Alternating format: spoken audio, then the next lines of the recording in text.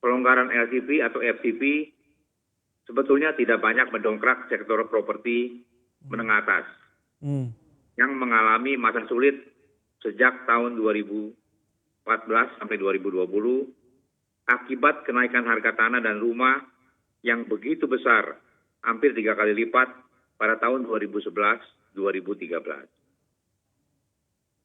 Daya beli masyarakat turun, sehingga pasar rumah menengah bawah atau MBR dilirik oleh yang menengah turun ke bawah. Sehingga pasar rumah menengah bawah, terutama untuk MBR, masih bisa bertahan. Karena masyarakat perlu rumah yang layak huni, Mas Erwin.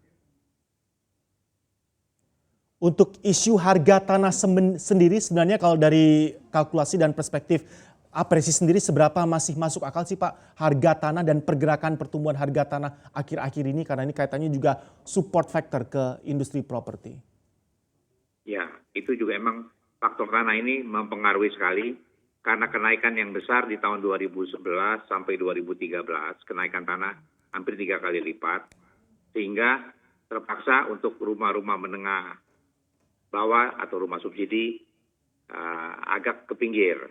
Jadi misalnya di kota-kota besar seperti Jakarta, Bogor, Depok, Tangerang di kotanya mungkin agak susah. Terpaksa agak ke pinggir sedikit untuk menyesuaikan.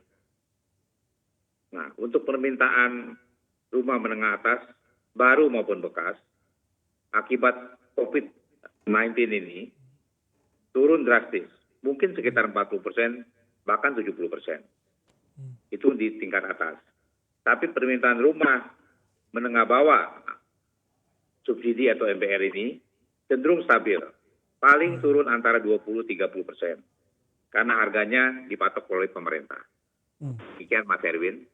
Baik, 40% penurunan untuk tingkat atas, sementara untuk masyarakat menengah ke bawah dan segmentasi menengah ke bawah malah justru terpantau stabil Pak Daniel ya. Kalaupun ada penurunan di 20 sampai ke 30%. Dari sini sudahkah mulai bisa diproyeksikan oleh Apersi pasca dan di tengah masih berlanjutnya pandemi COVID-19 ini, tren harga jual properti baru dan juga nanti kondisi penjualannya akan seperti apa kira-kira?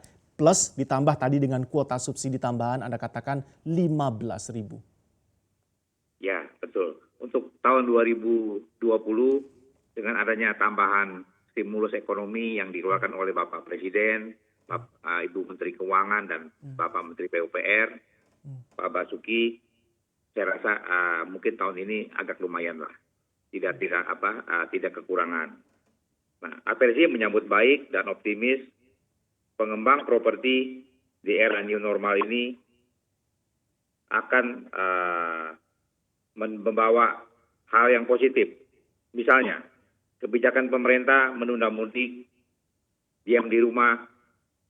Nah, padahal masyarakat menengah bawah, MBR, yang sudah mendapat THR dan sudah punya tabungan, maka mereka bisa membeli rumah menengah bawah atau MBR yang diimpikan mereka.